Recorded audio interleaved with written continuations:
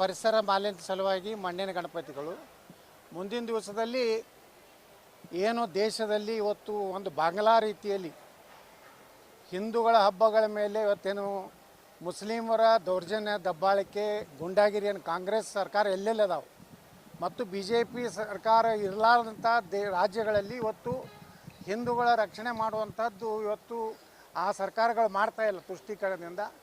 ಇದನ್ನು ಜಾಗೃತಿ ಮಾಡುವಂಥದ್ದು ಇನ್ನು ಮುಂದಿನ ದಿವಸದಲ್ಲಿ ಮಾಡಬೇಕು. ಈ ದೇಶದಲ್ಲಿ ಹಿಂದೂಗಳೇನು ಹೇಳ್ತಾರೆ ಅದರಂಗೆ ಈ ದೇಶ ನಡಿಬೇಕು ಹೊರತು ಮುಸ್ಲಿಮರಿಗೆ ತಮ್ಮ ಮಸೀದಿ ಮುಂದೆ ಬಾರಿಸಬಾರ್ದು, ತಮ್ಮ ಮಸೀದಿ ಮುಂದೆ ಹಾಡಬಾರ್ದು ಅಂದರೆ ಅವರಿಗಾಗಿ ಪ್ರತ್ಯೇಕವಾಗಿ ಗಾಂಧಿ ಮತ್ತು ನೆಹರು ಪಾಕಿಸ್ತಾನ ಮಾಡಿಕೊಟ್ಟಾನೆ ಅಲ್ಲಿ ಹೋಗ್ಬೋದು.